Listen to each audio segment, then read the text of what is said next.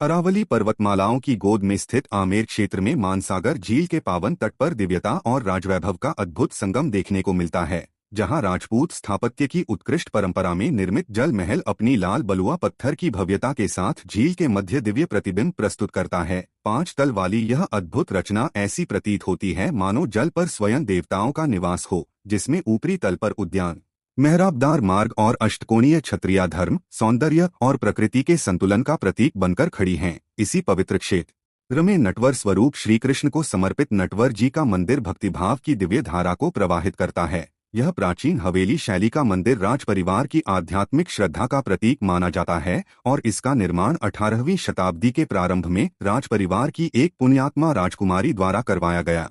मंदिर की गर्भगृह संरचना और आंतरिक शिल्पकला इतनी सूक्ष्म और दिव्य है कि यह आमेर के दर्पण महलों की कलात्मक परंपरा की स्मृति को जीवंत करती है। यहाँ नटवर रूप में श्री कृष्ण की आराधना वैष्णव भक्ति परंपरा का दिव्य केंद्र मानी जाती है, जहाँ राधा माधव उपासना का मधुर रस भक्तों के हृदय में प्रेम, करुणा और मोक्ष की अनुभूति जगाता है। स्थानीय परंपरा में यह स्थान उस दिव्य लीला का प्रतीक माना जाता है जहां श्री कृष्ण का नटवर स्वरूप संसार को प्रेम, संगीत और धर्म मार्ग का संदेश देता है। मानसागर झील का निर्माण क्षेत्र में जीवनदायिनी जल व्यवस्था के लिए किया गया था और समय के साथ यह स्थल आध्यात्मिक तथा सांस्कृतिक चेतना का केंद्र बन गया। झील के चारों ओर फैली अरावली की शिलाएं और प्राकृतिक सौंदर्य इस क्षेत्र को तपस्थली का स्वरूप प्रदान करते हैं। यहाँ आने वाले श्रद्धालु नटवर जी के दर्शन कर अपने जीवन में सौभाग्य, प्रेम और धर्म के पथ पर चलने की प्रेरणा प्राप्त करते हैं। उत्सवों और जन्माष्टमी जैसे पर्वों पर यह क्षेत्र भक्ति, संगीत और कीर्तन से गूंज उठता है।